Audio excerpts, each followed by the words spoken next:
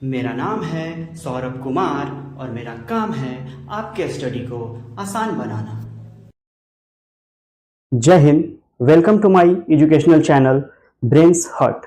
मेरा नाम है सौरभ कुमार और मेरा काम है आपके स्टडी को आसान बनाना। तो आज हम क्लास 9th का फर्स्ट चैप्टर लेकर के आए हैं जिसका नाम है नंबर सिस्टम। तो हम देर न करते हुए अपने क्लास की शुरुआत करते हैं। सबसे पहले हमें पढ़ना है नेचुरल नंबर। नेचुरल नंबर क्या होता है? तो जो नंबर्स एक से शुरू होकर के और चलते जाते हैं कहां तक? इनफाइनाइट तक।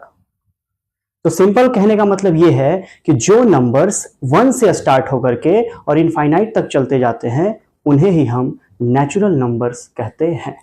अगर हम डेफिनेशन के हिसाब से देखा जाए तो all counting numbers are called natural numbers. और नेचुरल नंबर हमेशा एक से शुरू होगा और आगे चलता जाएगा। अगर आपसे कोई सवाल पूछे कि स्मॉलेस्ट नेचुरल नंबर क्या होता है, तो स्मॉलेस्ट नेचुरल नंबर होता है 1। क्या होता है? स्मॉलेस्ट नेचुरल नंबर 1 होता है। और अगर लार्जेस्ट नेचुरल नंबर की बात करें तो लार्जेस्ट नेचुरल नंबर आप बोलिएगा अनडिफाइंड। क्या बोलिएगा? अनडिफाइंड। पता नहीं कर सकते हैं आप। ठीक है, अब हम चलते हैं दूसरा टॉपिक जो कि है होल नंबर। ठीक है, होल नंबर हमेशा कहां से शुरू होगा? 0 से शुरू होगा और आगे चलता जाएगा।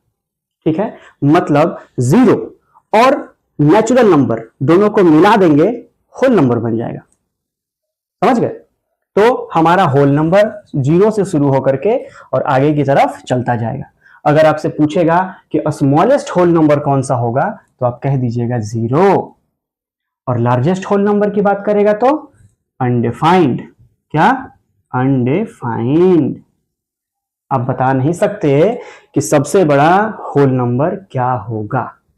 क्लियर बात? ठीक है, अब अगला जो टॉपिक है हमारा वो है इंटीजर। इंटीजर क्या होता है? तो देखिए, जितना भी नेचुरल नंबर है और negative of natural number. Negative of natural number कहने का मतलब क्या हो गया?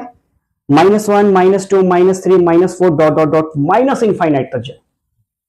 ठीक है, और 0 मतलब सिंपल कहने का मतलब यह हुआ हमारा कि सारे के सारे natural number, negative of natural number और 0 को अगर हम कंबाइन कर देते हैं तो हमारा बन जाता है इंटीजर।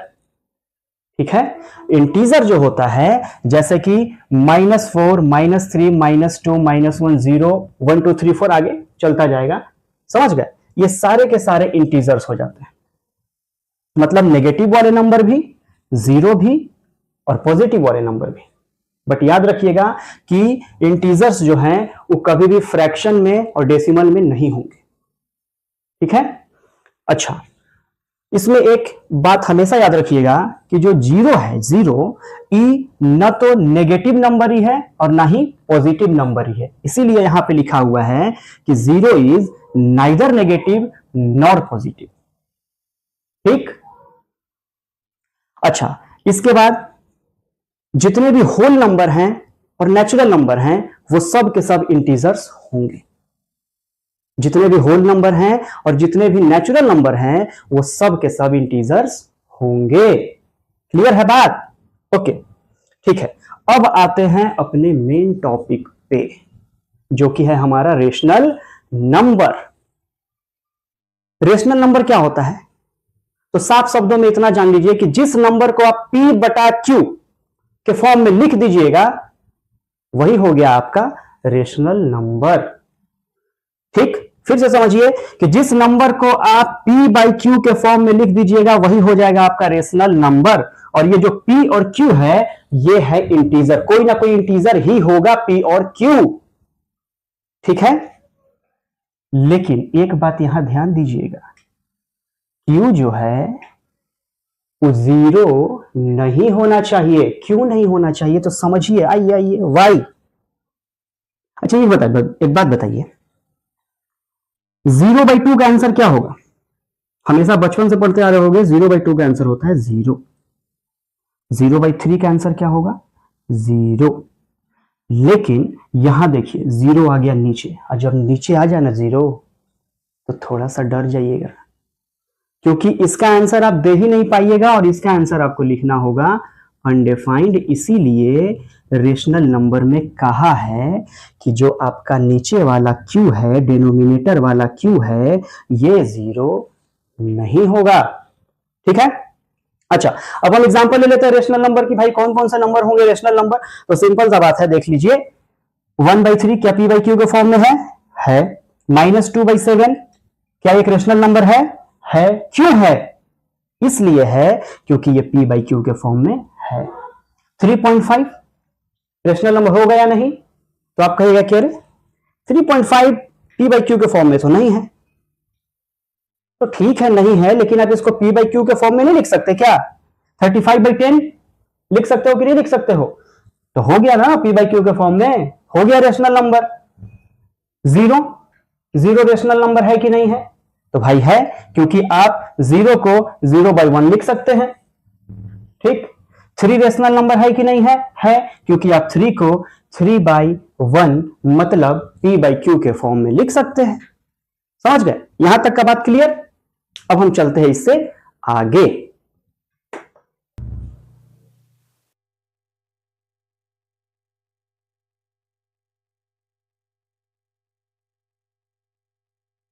अब हम देखने जा रहे हैं कि क्या 0 एक रेशनल नंबर है, और अगर है तो बताइए कैसे है। तो देखिए सिंपल, क्या 0 एक रेशनल नंबर है? तो साफ कहिएगा yes, 0 is a rational number. क्यों? Because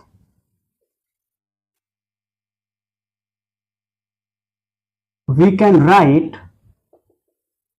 0 as 0/1. It is in the form of p by q and q is not equals to 0. Clear? अगर इसी तरीके से आपसे पूछे is 3 a rational number, तो yes, 3 is a rational number because we can write 3 as 3/1. It is in the form of p by q, so it is a rational number. खत्म हो गई बात। तो कोई भी नंबर आपसे पूछे तो आप इस तरीके से जवाब दे सकते हैं। समझ गए बात को? बस बहुत आसान है, कोई टेंशन नहीं है। समझ गए? तुम समझा जी? ए बाबू जेठालाल, अरे उधर क्या देख रहा है जी? बबीता जी है क्या उधर? अरे देख लो, इधर देख लो।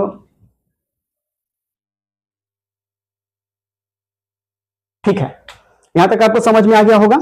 तो अब जो है एक और टॉपिक के तरफ हम चलते हैं, जिसका नाम है equivalent rational number. Equivalent rational number क्या है? बहुत आसान है जी, टेंशन मत लीजिए। देखिए क्या होगा, आपको क्वेश्चन देगा।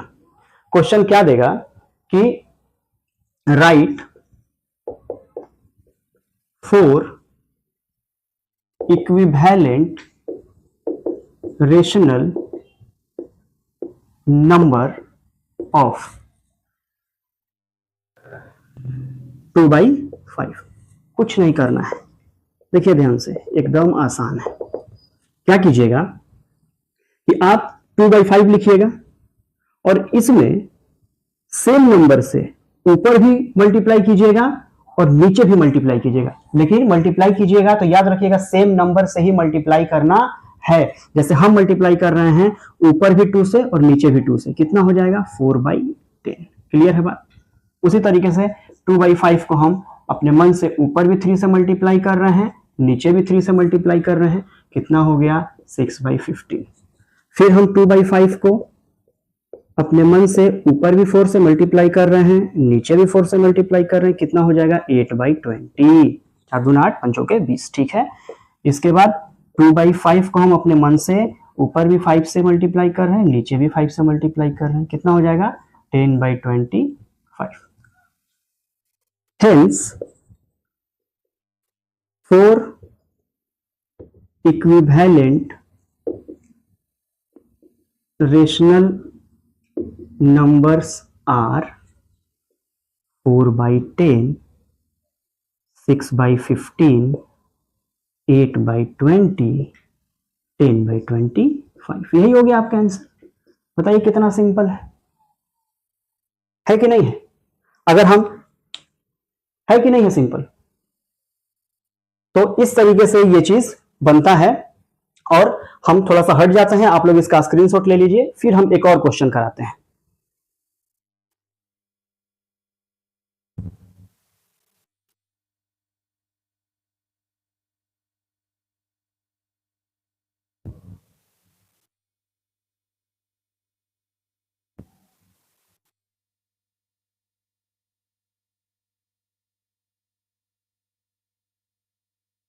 हमको उम्मीद है कि आप लोग स्क्रीनशॉट ले लिए होंगे। अब हम एक और क्वेश्चन पे चलते हैं, सेम यही क्वेश्चन है, ठीक है ना।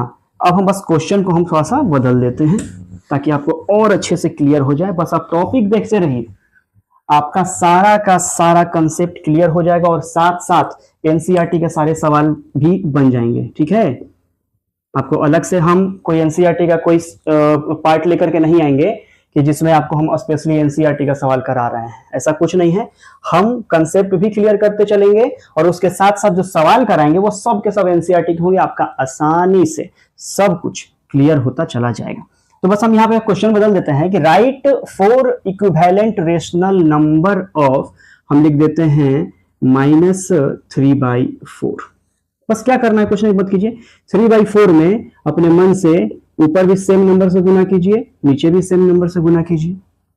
अब आपके मन में आ रहा होगा कि आप बार बार ऊपर 2 नीचे 2 से ही क्यों कर रहे हैं, तो भाई आप किसी से भी कर लो, हम कहां मना किए। आपकी मर्जी है, आप 10 से कर लो, नीचे भी 10 से कर लो, ऊपर 1 लाख से कर लो, नीचे भी 1 लाख से कर लो। सिंपल है, 2 2 3 3, इसीलिए हम कर रहे हैं और कोई बात नहीं है, ठीक है। तो -6/8 हो गया, ओके। फिर -3/4 में आप ऊपर भी 3 से मल्टीप्लाई कर लीजिए, नीचे भी कर लीजिए, कितना हो गया, -9/12 हो गया। फिर -3/4 में ऊपर 4 से, नीचे 4 से कर लीजिए, -12/16 हो गया। इसके बाद -3/4 में ऊपर और नीचे कर लीजिए 5 से मल्टीप्लाई, -15/20 हो गया। तो हेंस 4